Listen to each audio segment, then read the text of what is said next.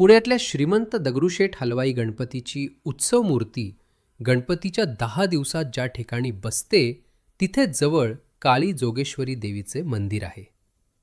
पुण्यातल्या 3 जोगेश्वरीपैकी एक असलेल्या काली जोगेश्वरीची ही मूर्ती काल्या पाषाणातली असल्यामुळे तिचे नाव काली जोगेश्वरी पडले असे म्हणतात. ही मूर्ती चतुर्भुज असून ती पद्मासनात बसलेली आहे.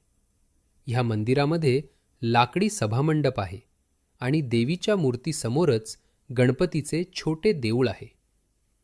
गणपतीच्या डाव्या बाजूला काळभैरव आहे आणि उजव्या बाजूला शंकराचे छोटे देऊळ आहे. देवीच्या सभामंडपाशेजारी औदुंबराचे झाड आहे आणि तेथे दत्ताचे छोटे देऊळही आहे.